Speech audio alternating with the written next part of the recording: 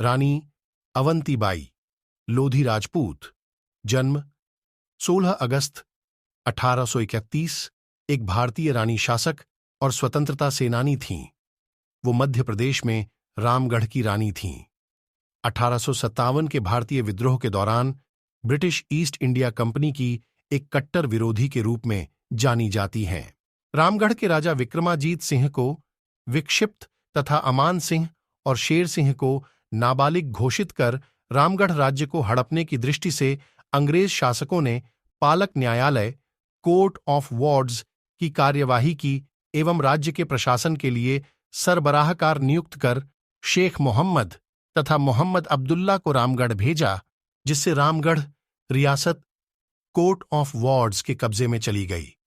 अंग्रेज शासकों की इस हड़प नीति का परिणाम भी रानी जानती थी, फिर भी दोनों सरबराहकारों को उन्होंने रामगढ़ से बाहर निकाल दिया।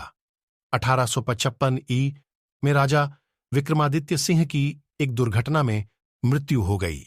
अब नाबालिग पुत्रों की संरक्षिका के रूप में राज्य शक्ति रानी के हाथों आ गई। 1855 में राजा विक्रमादित्य सिंह की एक दुर्घटना में मृत्यु हो गई। अब नाबालिग पुत्रों की संरक्षिका के रूप में राज्य शक्ति रानी के हाथों आ गई। रानी ने राज्य के कृषकों को अंग्रेजों के निर्देशों को न मानने का आदेश दिया। इस सुधार कार्य से रानी की लोकप्रियता बढ़ी। देश के कुछ क्षेत्रों में क्रांति का शुभारंभ हो चुका था। 1857 में 62वीं देशी पैदल सेना जबलपुर सैनिक केंद्र की सबसे बड़ी शक्ति थी।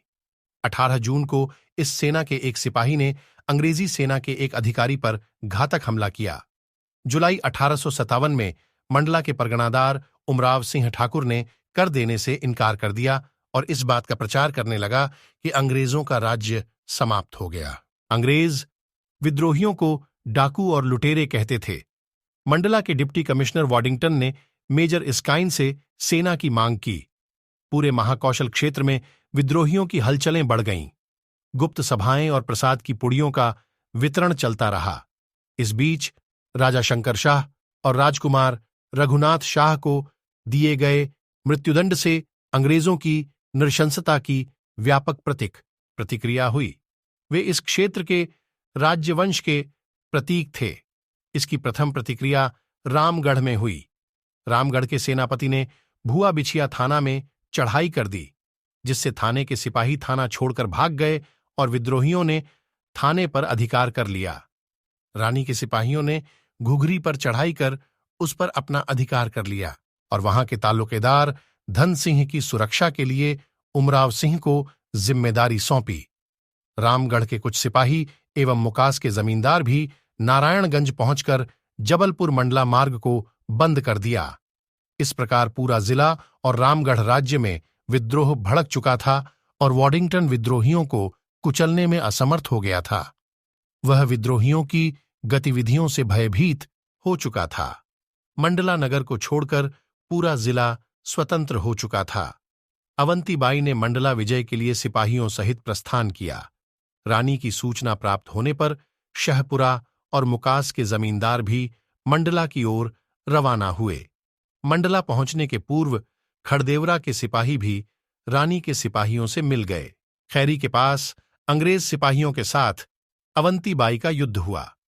वॉडिंगटन पूरी शक्ति लगाने के बाद भी कुछ न कर सका और मंडला छोड़ सिवनी की ओर भाग गया। इस प्रकार पूरा मंडला जिला एवं रामगढ़ राज्य स्वतंत्र हो गया। इस विजय के उपरांत आंदोलनकारियों की शक्ति में कमी आ गई, किंतु उल्लास में कमी नहीं आई। रानी रामगढ़ वापस हो गईं। वॉडिंगटन ने फिर से रामगढ़ के लिए प्रस्थान किया। इसकी जानकारी रानी को मिल गई। रामगढ़ के कुछ सिपाही घुघरी के पहाड़ी क्षेत्र में पहुंचकर अंग्रेजी सेना की प्रतीक्षा करने लगे। लेफ्टिनेंट वर्टन के नेतृत्व में नागपुर की सेनाएं बिछिया विजय कर रामगढ़ की ओर बढ़ रही हैं, इसकी जानकारी वॉडिंगटन को थी। अतः वॉडिंगटन घुघरी की ओर बढ़ा। 15 जनवरी 1858 को घुघरी पर अंग्रेजों का नियंत्रण हो गया। अवंतीबाई ने अंग्रेजों से लंबा संघर्ष करते हुए अपने जीवन की आहुति दी थी।